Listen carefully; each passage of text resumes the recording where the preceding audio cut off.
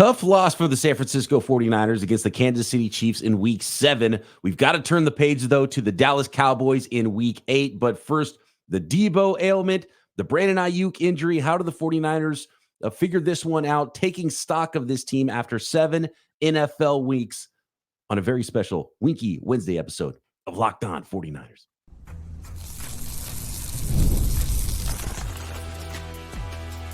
You are Locked On 49ers, your daily San Francisco 49ers podcast, part of the Locked On Podcast Network, your team every day. Welcome to Locked On 49ers. Brian Peacock and Eric Crocker with you as always at BD Peacock at Crocky209. Thanks everybody for making us your first listen on the Locked On Podcast Network, your team every day. Love and appreciate all of our everydayers and seeing a lot of new listeners as well here on Locked On 49ers during the season. Jumping in, joining us daily. Make sure you subscribe on YouTube or wherever you get your podcasts so you do not miss an episode. And now let's properly bring on today's guest. Nicholas Winkler, come on down. Brutal loss to the Kansas City Chiefs this week. And I want to get your thoughts on the game, where the 49ers are now.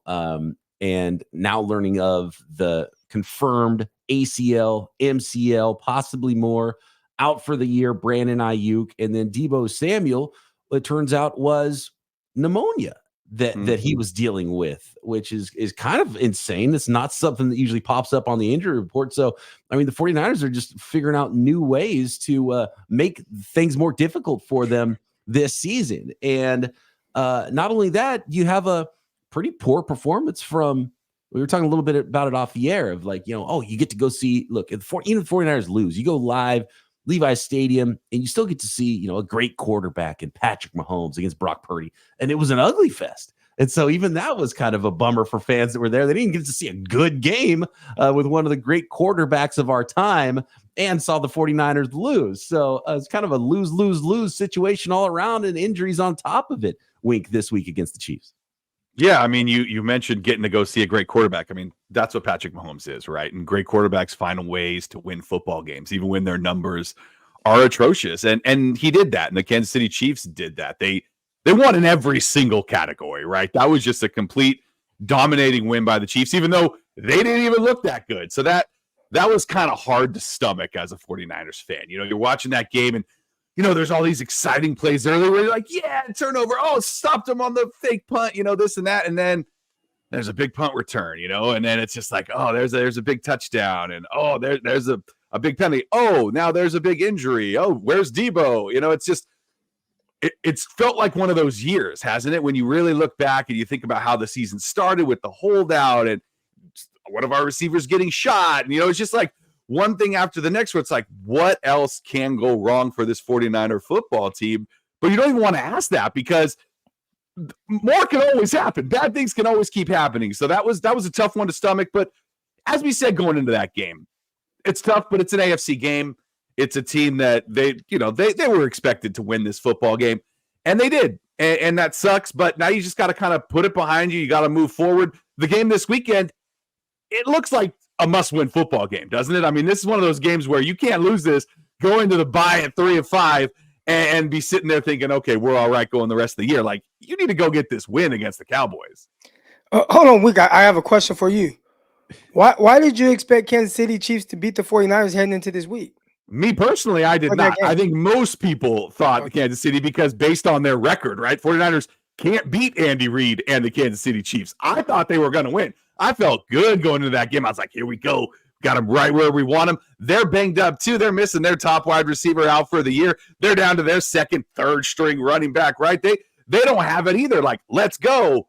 But they found a way to win, as they always seem to do against our football team. On Peacock and Williamson, we make picks every week for every game against the spread.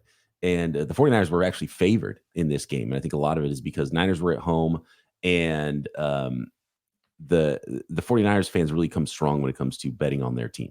And we saw it in the Super Bowl. And the Patrick Mahomes, though, is now, it was 11-1, now 12-1 against the spread when he's getting points, when he's the underdog. And when I'm making picks on Peacock and Williamson, I'm like, dude, you're insane if you don't take points with the Patrick Mahomes-led Chiefs. Even if you think the 49ers can win the game, you're getting points in the Chiefs that are 6-0. I don't care if it's on the road. And so I did make the pick for the Chiefs in that one, especially against the spread. It was only a couple points. But at this point, you have to expect that the 49ers aren't going to beat the Chiefs until they prove that they can. And I actually want to go to shout out one of our listeners here. Juice TD Tracker. 1, by the way, is the Juice, the number next to the Juice TD Tracker on Twitter. Spagnuolo has Kyle Shanahan's number. Kyle Shanahan versus Steve Spagnuolo, defensive coordinator of the Chiefs, 0-5 in his career. Against Brian Flores, we saw him lose to the Vikings earlier this year. Kyle Shanahan's 0-3, so 0 wins in 8 chances against those 2 defensive coordinators. Jim Schwartz famously has Kyle Shanahan's number, 1-8 against Jim Schwartz. So that's a full seasons of games, just about. The 49ers, if they play, or Kyle Shanahan playing those 3 defensive coordinators for a 16 game season would be 1-15 against those guys. So they're good defenses and good defense coordinators. Are we in an era where for Kyle Shanahan, he's going to beat up on the bad coordinators, but he might not be able to beat the good ones? Is that just where we're at? Because this isn't a small sample anymore, guys. It definitely makes it a lot more challenging. And when you watch how the 49ers win, again, they have a terrific roster, win healthy, a lot of players at their disposal who can really take over a game at any time. And right now, the 49ers are missing all those guys. But even when they've had them, Kyle Shanahan has had his challenges against those coordinators. So what is it? Is it a philosophy issue? Is it an issue with Kyle Shanahan potentially getting a little tight in those situations and maybe starting to press a little bit? Whatever it is, it's very, very apparent now. Anytime you watch Kyle Shanahan go up against a coordinator that really has a beat on what he does, is it a schematic issue? Is Kyle Shanahan's scheme maybe a little outdated? And are there certain tweaks that he can make to it to make it a little bit more modern, to be able to attack some of these opposing defenses? Because right now, watching the 49ers offense against the Minnesota Vikings, not just this year, last year as well, that was a team that the 49ers were favored on the road in Minnesota, and the 49ers offense just did not show up. I mean, there were 3 straight games, including the game against Schwartz there, where the 49ers couldn't score more than 17 points. I think that is an issue and something that definitely needs to be looked into. What's the answer, Wink? Get out your clothes. What's going on here? I mean, it's hard to argue numbers, right? I mean, the numbers tell you straight up that he's getting outworked, right? He's getting outperformed. And you could also look at it from another aspect, right? Some bad luck can always go your way too, right? I mean, we're Brandon Aiyuk, little catch over his shoulder away from maybe having a different football game, right? That was a huge play in that game on Sunday when he dropped that pass. It's like, oh God, there goes all the momentum. Got to give the ball right back to him. And I believe right after that was the punt return. So it's one of those things where little tiny things by your players can really ruin a game plan for you too. So I don't know necessarily if it is such a Kyle Shanahan thing or if it's just the 49ers just need to perform better. I mean, Brock Purdy looked terrible in this football game. It's the first time that I can really say that he looked like a bad quarterback, where you watch him and towards the end of the game, I was kind of when he'd throw it, because I kind of lost that confidence that I've had that he's built up over the past, season and a half, where when he throws the ball downfield, it's like, all right, I know he's going to complete this. I kind of felt like it was Jimmy G back there yesterday, where when he throws it, you're like, oh God, kind of holding your breath when it's over the middle. Oh God, is a linebacker going to pick it? Oh, because 3 interceptions will do that to you, man. You get a little PTSD on the quarterback position. The look on Croc's face when you said Jimmy G. I saw that. Yeah, I was watching, and again, I put a lot on Kyle Shanahan's system, and I talked about how I feel like there's no way when you lose Deebo Samuel, you don't have CMC, you lose Brandon Aiyuk in the game, there's no Jawan Jennings. How does George Kittle only have 7 targets? Yeah. And I'm watching the Los Angeles Chargers last night, who most people couldn't name a receiver on that roster, and they want to run the ball a bunch of times with Dobbins. But now, hey, the opposing team, the Cardinals, were like, hey, we're gonna shut down that run game. All right, we're gonna put everything to that run. So what they do, they said, all right, Greg Roman changed up how he was calling plays. It didn't lead to a lot of points, but when you just saw the way they were able to move the ball, spread the ball around, hey, we're going to target Will Dissly a bunch of times. He's going to have a ton of catches. He's going to help us move the sticks. And I think they were probably a Jalen Reagor fumble into the end zone for a touchback away from being able to win that game. I think a lot of it has to do with being able to change up a little bit of your philosophy. And Greg Roman, as we all know, is a guy who wants to run the ball. 21 personnel, 22 personnel, 12 personnel, a lot of tight ends on the field. When I was watching that game last night, man, they were spreading it out, and he was making it very easy, quick comebacks. I just felt like guys were able to win because, hey, they're not asked to be doing a lot. We don't need you to beat all these guys and man coverage and all this. We're going to have you guys run into these open areas, and we're going to find the open guy. And I feel like 49ers offense is a little bit more difficult than that and not as much creativity in the passing game. I think that's something Kyle Shanahan can definitely really work on. It always seems like against the Chiefs too. Like early in that game, one of my notes was like the penalties. You got to cut down on the penalties, and there was just ended up being post game so many other things to talk about beyond the penalties, and that was like the early thing that was frustrating. And they always seem to win the turnover battle against the 49ers, and so it's not just one thing to point to. It's they get beaten a lot of ways against some of these teams, and so definitely something that needs to be cleaned up. And Kyle Shanahan might have to stand on his head a little bit when he makes the game plans against some of these coaches and show them something else. What that is, I do not know. Next, I do want to turn the page to the Cowboys. We got to talk a little bit more about what the 49ers do with their wide receiver situation. And is Mitch Wishnowsky on thin ice after 7 weeks? All that and more coming up.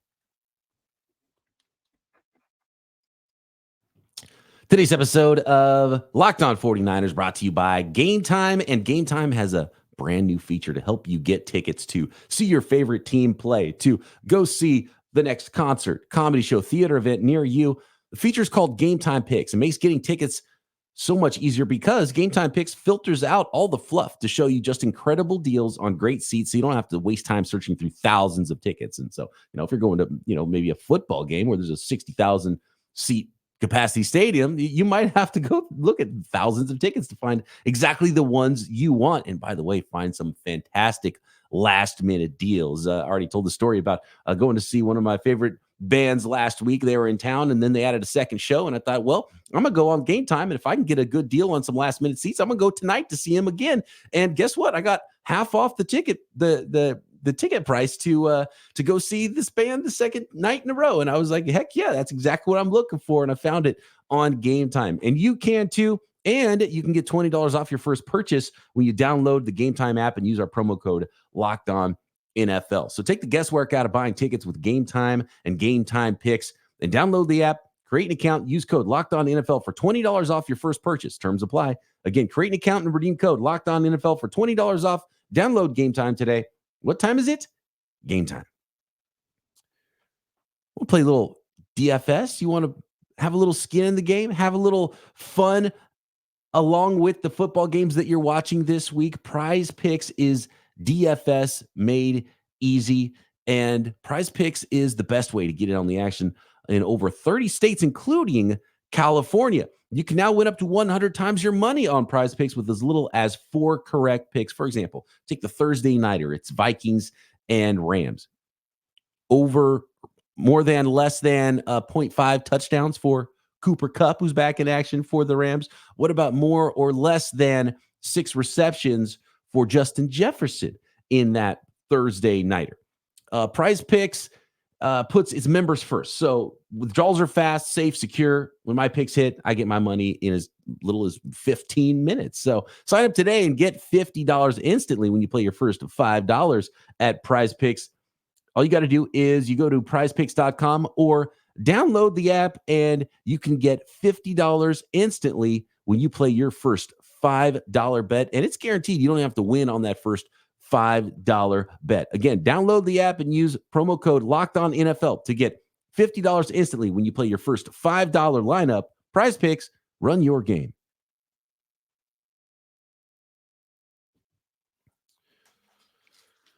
All right, guys. You know what makes 49ers fans feel a lot better? Croc, you can speak to this after a deflating loss. It's beating the Dallas Cowboys. I mean, there's going to be an extra hitch in everybody's step, a little more giddy up on Monday morning. It's prime time, too, right? Sunday nighter this week against the Dallas Cowboys. If the 49ers can defeat the Cowboys, you're back to 500, 4-4. You get a bye week. That's the goal now for the 49ers. And it's all hands on deck to beat those Dallas Cowboys. And Wink, I want to ask you, because Croc and I already talked about this yesterday, so kind of know where both of us stand on this. And we went through all the internal options that the 49ers have at wide receiver, some external options, some trade options. And Kyle Shanahan hinted that all options are open. And if there's a deal that makes sense and it's not always available, then they're going to be aggressive and they're going to make a deal. So they're on the phone. If there's a trade to be made, they're going to make one, according to Kyle Shanahan. And we've seen them do it multiple times. This is an aggressive front office. And so what do you think the plan should be short term here, long term? Does it depend on the Cowboys game for you? Do you lean on the rookies? What should the 49ers do at wide receiver now with Brandon Aiyuk lost for the year? We still don't really know what Deebo's status is going to be here in week 8. You got to do something, right? I mean, we saw what this offense looked like without both of those guys in there and no Jawan Jennings as well. And it didn't look good. It looked like a bunch of really quick possession receivers, kind of all slot players out there playing all three positions. And it looked frustrating. And you could see why Brock Purdy maybe had such a bad day too, is he doesn't have that kind of vertical threat. He doesn't have that big guy, that big, tall, fast receiver like Aiyuk. Well, there aren't that many of those kinds of receivers in the NFL, right? But if there is one available, maybe the 49ers need to go get it. They're in win now. This is a team that isn't built for the next 5 to 6 years. This team's built for this season, right? So you got to go get it.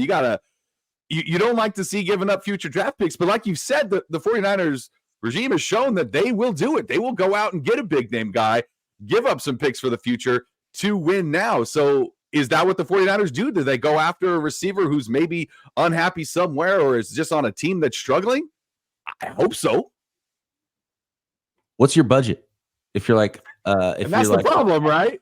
Okay, John, you can spend as much as a second round pick, a third round pick.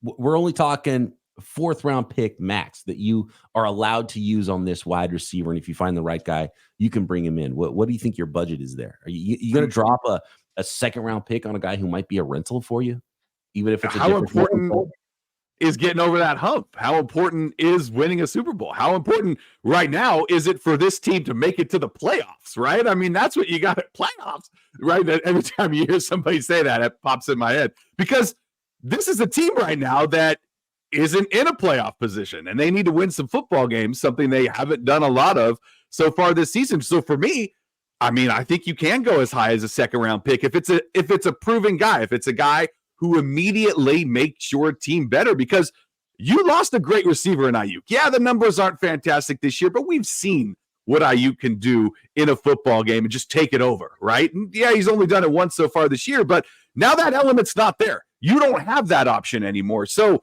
defenses and defensive coordinators who have been working Kyle so far this year it's going to be easier for them, right? To game plan. So I think you got to go out and get it. You do have to spend a little bit. And I think you got to make a push for the Super Bowl because the clock's ticking, man.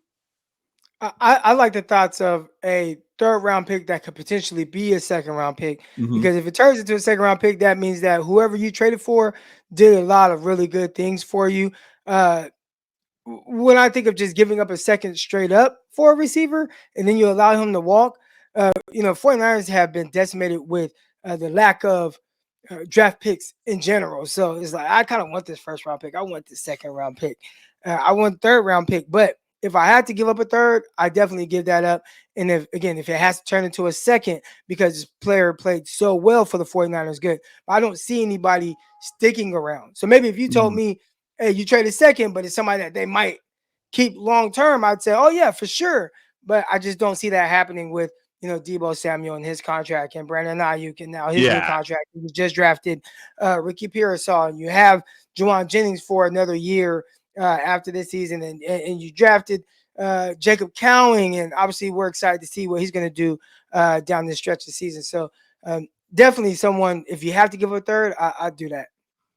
And it better be a difference-making player, too, because if you're – Davante Adams went for a third conditional second, and that second-round condition is very unlikely to hit for the New York Jets. And, you know, if the condition is you won a Super Bowl, then I think 49ers fans will be okay, for sure, second, then fine, you know.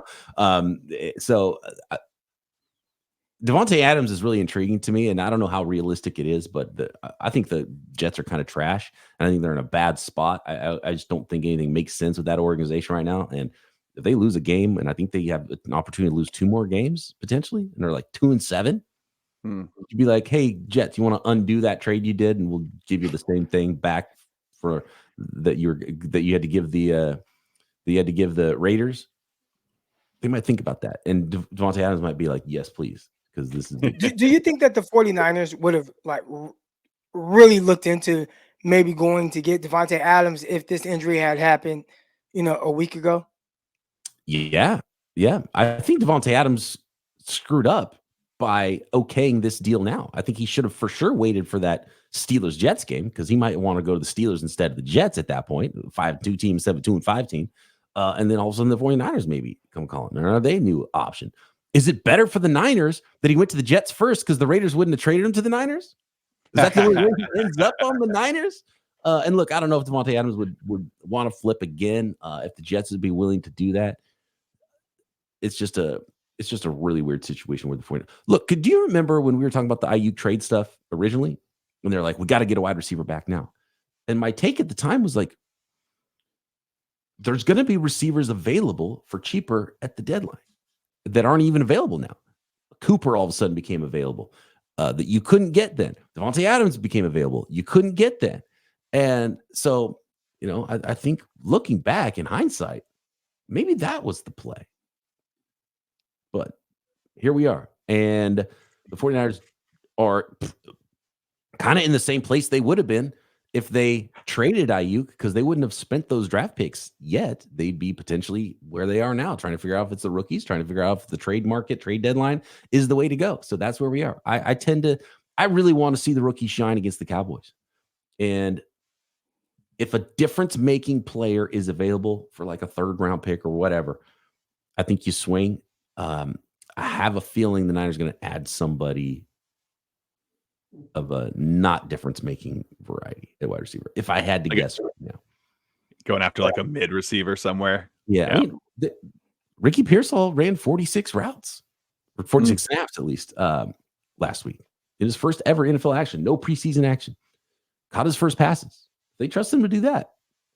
Juwan Jennings comes back. If Deebo's out there, he'd be your number 3 wide receiver. See how it looks against the Cowboys. Reassess, take stock during the bye week. Maybe you get Christian McCaffrey back, the reigning offensive player of the year, and this team looks a whole lot different, a whole lot better, that's for sure. You drafted a guy in the first round, and you still got to spend a fourth rounder, and then you still got to spend a third round pick to go trade for a guy? I don't like that. I don't like that at all. All right, next, let's talk a little bit more about Cowboys and Mitch Wishnowsky. Are they bringing the 49ers bringing in punters? Is Wink's guy potentially on thin ice, on the hot seat right now for the 49ers? Wink's Wish Watch next. The next segment of Locked On 49ers sponsored by FanDuel, America's #1 sports book. And you can start big right now on FanDuel because you can get $200 extra to play with.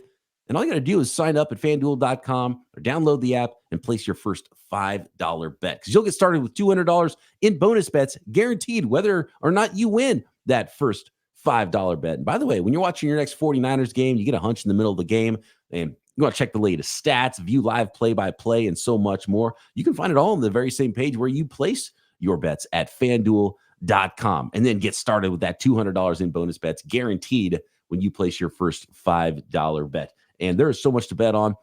Bet on the Niners to win the Super Bowl. Better odds now than at the beginning of the season for that. Offensive, defensive rookies of the year. Weekly lines, of course. You can bet on every sport. The World Series.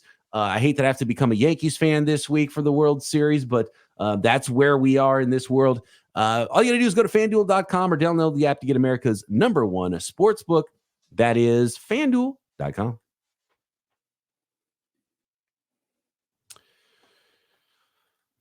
All right, Wink, we got to start with the wish watch here because I was a little bit surprised, and I don't know if the 49ers are trying to get maybe a designated onside kicker or something, because it was just comical watching that ball spin after that that late game onside kick attempt from Mitch Wishnowsky where it didn't go anywhere, and everyone's just got their hands on their shoulders standing around looking at this ball spinning. It was just the oddest ending to an awful game. The 49ers are bringing in punter Jake Girardi apparently for a workout, and looking at the numbers, Mitch Wishnowsky's net average is just 37.7 yards on his punts, according to PFF. The punt coverage unit has allowed 18.4 yards per return, second worst in the entire NFL. Do you think the 49ers are realistically thinking about replacing Mitch Wishnowsky? I mean, I'm afraid there might be an injury or something, because the numbers you said are both true, but the more important numbers on Wishnowsky is he's punted 17 times this year. He's not the guy that's in charge of stopping the punt return in most cases. 100%. Those he should not be. When he's having to tackle a guy, something went terribly wrong up front. Multiple people did a bad job, didn't stick to their assignments, and that's what happened. But when you look at Wishnowsky's numbers, of his 17 punts this year, 9 of them have gone inside the 20. That's what you want your punter to do. That's the best rate in the NFL. It's over 50%. Only one other punter in the NFL is even at 50% when it comes to punting inside the 20. And an even more impressive number than that is he has 0 touchbacks on the year. He has not kicked the ball into the end zone. These are all the things you're asking your punter to do. Pin him deep. And that's what Wishnowsky does. And yeah, maybe a couple of times he has outkicked his coverage, and maybe that has led to this. But that being said, is outkicking your coverage really a thing? Like, you still have guys that are down there trying to make a play, and if they're running too fast to one side or the other and opening up running lanes, is that on Wishnowsky? Like, probably not. So to me, I think Mitch is still one of the top punters in the NFL. And if they're bringing somebody in, maybe it's for kickoffs, or maybe it is for onside kicks. I mean, that was pretty sad attempt at an onside kick to end that football game. It was comical. It was actually great, because the Niners weren't going to go get the onside kick and go win the game, right? No. So it actually made it funny at the end. It was like, this is just ridiculous. This is a joke now. This is hilarious how this game is going and how it's going to end with everyone staring at a ball that's just spinning on the ground. Croc, I've seen you kick field goals. You've been working out. I know you've been coaching football. How's your hang time right now? Punting, it doesn't look like it's in my future. Oh, it's not your thing? For some reason, I can kick a ball off the ground through goalposts, but punting just isn't something I have a grasp on. All right. Yeah, I would find it hard to believe that unless there's an injury that Wishnowsky would be, on the hot seat. That would just be really a strange thing, unless there's just something else that we don't know about. Well, it's wild. You mentioned those numbers on the kick returns. When you break it down even more, it's even more disturbing. They're averaging 18.4 yards on kicks that are actually being returned. Like, that is not good. That's up there at the top of the NFL. I mean, that's really bad. It's basically twice what the average is. Yeah, it's horrible. And maybe they want to bring someone else in to help the kicking game as far as kicking the ball out of the end zone on kickoffs. So potentially that, or just not getting hurt on a kickoff. Maybe they need to bring in a kicker who's actually knows how to tackle and isn't going to get injured. I don't know. This is such a weird team right now. Going into the weekend, Dallas Cowboys, though. Wink, what are your thoughts here before we go on the Dallas Cowboys and where the 49ers are? Is this another? The Niners have had like 4 get right games this year. Is this another get right game for them? Go 4-4 into the bye. I mean, obviously, you don't want to on a team coming off of a bye for a second straight week, especially with the way you just lost a football game and lost your number one receiver for the rest of the year. Their backs are up against the wall. They got to go win this football game, and I hope that they figure it out. I hope they game plan, based on who they have. I hope they have Deebo Samuel this weekend. We don't know this pneumonia thing. Who knows if he'll even be ready to go come Sunday night? Juwan Jennings still super questionable for this game as well. So who the 49ers are going to have suited up on Sunday night, whoever it is, they got to go make plays because you got to win this football game. And Croc, they're not going to trade for a guy on Wednesday and he's ready to go Sunday to make a big impact either at wide receiver, right? I mean, we saw it last week, and not that they made a big impact, but Devontae Adams, Amari Cooper, those guys were traded midweek, and Sunday they suited up for their new squads. Just didn't Cooper maybe get the caught a production they touchdown. would ideally liked. Yeah, he Cooper also got a had, touchdown Cooper in got a that. touchdown. he also had a There we bad drop too. He did. Yeah. Adams had a drop early, but see, I don't know. I feel like I defend receivers and drops too much, but when you're kind of stationary and the quarterback throws it way outside and you have to like dive to try to attempt to catch it and it kind of goes off your hands. I guess you could say if it touches your hands, you're supposed to catch it. That's what they're gonna say, but man, that stuff is hard. Go Valley on it right there. Yeah, I like that. All right. Let's call it there. Appreciate all the everydayers out there. Wink, always a pleasure having you on the podcast. And I think things are going to turn up here after Cowboys week and then better vibes through the bye as guys get a little bit healthy. But I do think that we're on trade deadline watch right now. And look, there's potentially other positions the Niners might even want to target ahead of wide receiver, and that they would have targeted instead of wide receiver if not for the Brandon Aiyuk injury.